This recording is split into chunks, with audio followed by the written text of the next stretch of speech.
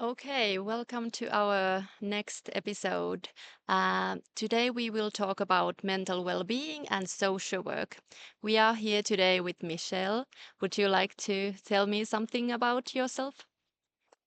Hello, everyone. My name is Michelle. I have a master's in social work, and for the last 15 years, I think so, I was working and I'm still working with young people. I now work in NGO, but before that, I was working at the government job, also with young people. So I think I have like a good balance of experiences from both fields which are really different between themselves. So yeah. Could you tell us a little bit about how do you find young people today? Are they doing good? How is their mental well-being or well-being in total? Yeah, from my own experiences, like while doing my job, as I said before, in the governmental job and now in NGO, I think that mental well-being of young people is not that okay. I think that mental health problems are like going through the roof, if I say so myself. Um, for example, I don't know when was the last time that I didn't work with some like a young person that didn't have some kind of mental health problems. Be that like anxiety, depression, or something else. So I think it's like they're present more and more with young people. I don't know if that was the same like a few years ago, or we are just talking more about it now. So I'm not really sure if I can compare it, but I think after COVID, it's getting even worse. So for example, like a lot of the times, kids or like young people are telling me that before COVID they were completely okay, and then during and after COVID, so when the lockdowns were cancelled, they didn't want to go outside. They don't know how to hang out anymore. So like um, they got really anxious about it, and they have like social anxiety now. And I think also for young people, it is hard to cope with this, especially if you don't have like people that support you around yourselves. There is also like like a, how do I say it, social media that is really present in young people's lives now.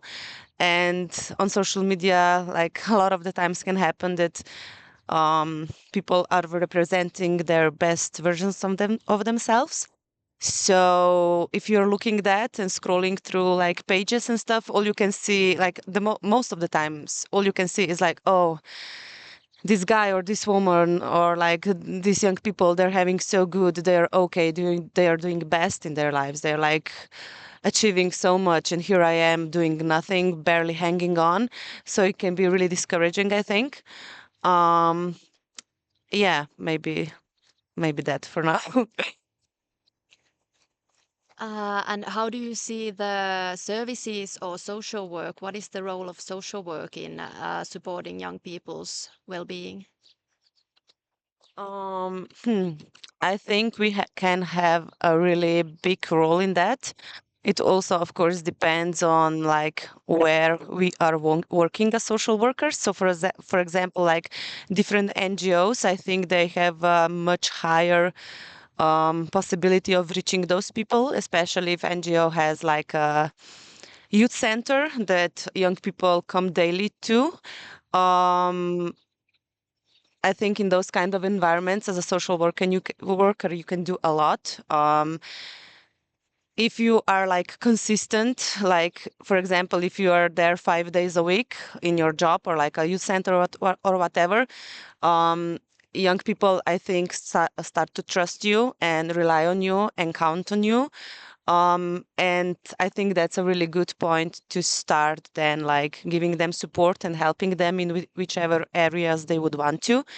On the other side, I think it's much harder to do that in different governmental jobs, where there's a much more strict structure and like schedules, and you don't have the possibility to see young, like a specific like young person or like a group of young people at like regularly. You see them less often.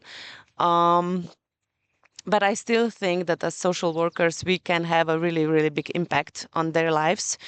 Um, but firstly, I think every time you have to like create a really safe space with them and for them, and to for them to like trust you, because I think if they don't have those two things, they're not gonna really open up to you.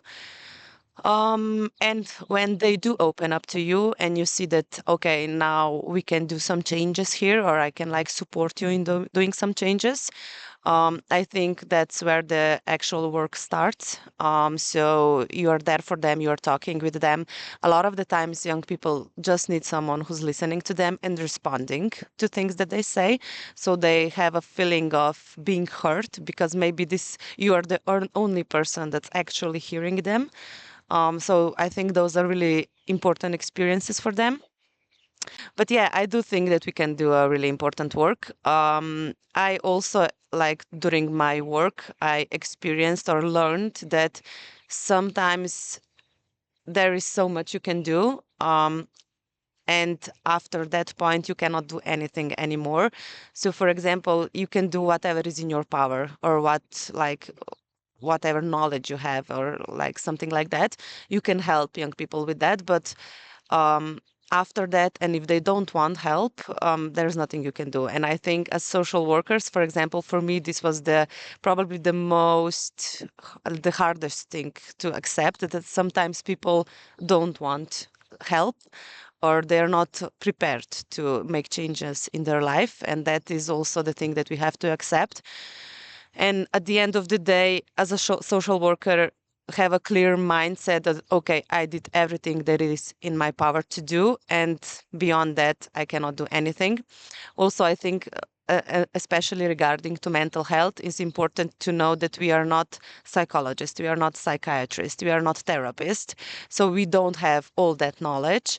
And it's important for us to know where we can direct those young people that need this specific um, like services. So for example, to know like to which psychiatrist send them, or like suggest them this psychiatrist, like this is a really good one. People are having good experiences with him or her. Um, and yeah, sometimes I think the important thing is to know where we can send them to get the proper help if we don't have the capacity or ability to help them on specific topics. Thank you. There is a lot of things you need to know and handle as a social worker. How do you think you can support your own well-being as a social worker? Yeah, I agree with that. Sometimes it is hard to, at the end of the day, to draw a line where work finishes. I think it's really common for social workers to, as we said it in Slovenia, take things home with us. It is hard to take like big cases, or like sad cases, or I don't know, cases that really impacted us, to take them off our mind when we are not actually at work. So I think there is a lot of things that we can do to take care of our own well-beings, because I think that if we as social workers are not like okay, and our own mental health or well-being is not okay, then we cannot like really give the proper help. At least that's how I see it. So for me, what helps me the most is supervision and intervision. So intervision, usually we have it inside our group with our coworkers. We do it maybe like weekly or or every 2 weeks. It depends on what is currently going on in our job. But I think those are really important to like go through different cases, like while they're still happening, so you can like resolve things sooner than later. And supervision, again, I think it's really important. So you have like like we have to create a safe space for young people, we also have to have our own safe spaces where we can talk about our work problems or the cases that we are like dealing with or stuff. And supervision, I think it's really good and important thing when we can, where we can like share our own problems or like um, hard topics that we like I don't know how to say it, like while doing our work, we face them. So yeah. How do you find nature as one aspect that could support your own well-being or something that you could use in your work with young people? Yeah, for sure. I love to go for walks, especially now that spring is happening. I think it's really nice outside, and sometimes I just want to sit like on a bench and look at the sky. And this can be a way how I can like clear my mind. I also think that sometimes it is good for young people to go like in nature with them, so not everything is happening inside of the buildings. Um, but that also depends on what kind of person they are. But yeah, we in our organization we do have activities outside. For example, we have like different sports activities, and I think it's a really nice way, like nice and relaxing way, how to create a safe space for them to do some sports activities and at the same time talk about the things that they want to talk about. So yeah, I would highly suggest that. Yeah, for sure.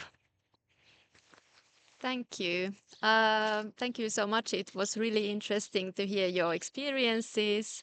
And I think this was it for today. Thank you for listening.